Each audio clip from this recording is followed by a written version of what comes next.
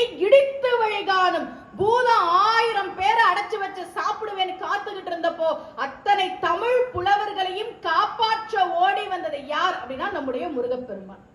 அவனுக்கு பொறுக்காது. திட்டுனாலும் வாழ வைக்கக்கூடிய தெய்வம் யாருன்னா முருகப்பெருமான். ஏன் திட்டுனாலும் வாழ வைக்கிறான் அப்படின்னா, வள்ளி கிட்ட அவன் திட்டு வாங்கியிருக்கிறான். இந்த அப்பாவுக்கும் பையனுக்கும் திட்டு வாங்குறதே வேலை. வள்ளி முருகனை பித்தனானின்னு கேட்டா, பைத்தியமானின்னு கேட்டா. இதே வார்த்தையை அவங்க அப்பாவும் திட்டு வாங்கியிருக்கிறாரு. எங்க? சுந்தரர் கிட்ட வாங்கியிருக்கிறார். சுந்தரர் கேட்டார், பைத்தியமா நீ, பித்தனா நீ, பித்தா நீ அப்படின்னு தானே பாடுறார். இப்ப வள்ளி திணைப்புணத்துல காவல் காத்துட்டு இருக்கிறார். நம்பிராஜனுடைய மகளாக இருக்கிறாள். அவகிட்ட கல்யாணம் பண்ணிக்கலாமான்னு முருகன் திருவிளையாடல் நிகழ்த்துறான். பிள்ளையார்பட்டி கற்பக விநாயகர் கோவில நான் அடிக்கடி வரக்கூடிய கோவில். கண்ணதாசன் தான் பண்ணார்.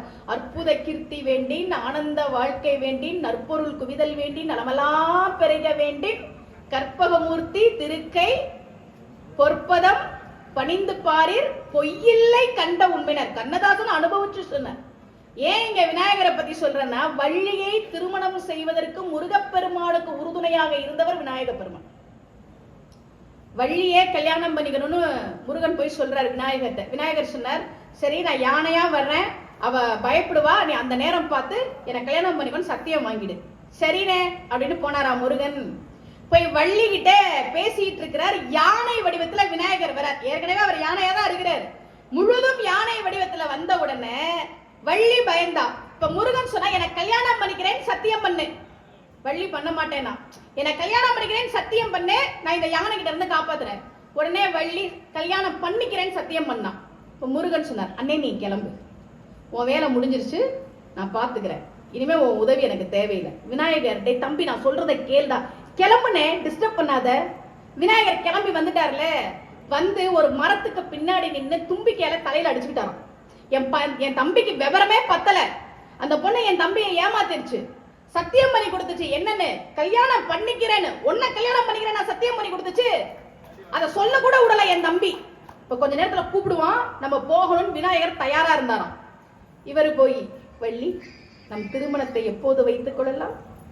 ஏன் நீதான் எனக்கு சத்தியம் பண்ணி கொடுத்தல. எப்ப பண்ணி கொடுத்த? கல்யாணம் பண்ணுவேன் தானே சொன்னேன், உன்ன கல்யாணம் பண்ணிக்கிறேன் சொன்னேன் அண்ணே அப்படின்னாரா முருகன்.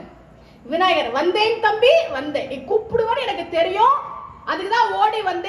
அங்கே ஒரு திருவிளையாடலை நிகழ்த்தி அவங்க திருமணம் நடந்தது. இதை ரொம்ப அழகா அருணகிரியார் பாடுறார். கைத்தல நிறைகனி அப்பமுடு அவள் பொறி கப்பிய கரிமுகனடி பேணி கச்சிடும் அடியவர் புத்தியில் உரைபவர் கற்பகம் எனவினை கடிதேகும் மத்தமும் மதியமும் வைத்திடு மரன்மகன் மற்பொருதில் புய மத யானை மத்தள வயிறனை முத்தமி புதல்வனை மட்டவில் மலர் கொடு மரவேனே முத்தமிழ் அடைவினை முற்படு கிரிதனில் முற்பட எழுதிய முதல்வோனே முப்புறம் எரி செய்த அச்சிவன் முறைதம் அச்சது பொடி செய்த அதிதீரா அத்துயரது கொடு சுப்புற மணிபடு அப்புன மதண்ட இவமாகி அக்குற மகளுடன் அச்சிறு முருகனை அக்கணம் மனம் அருள் பெருமாளே என்று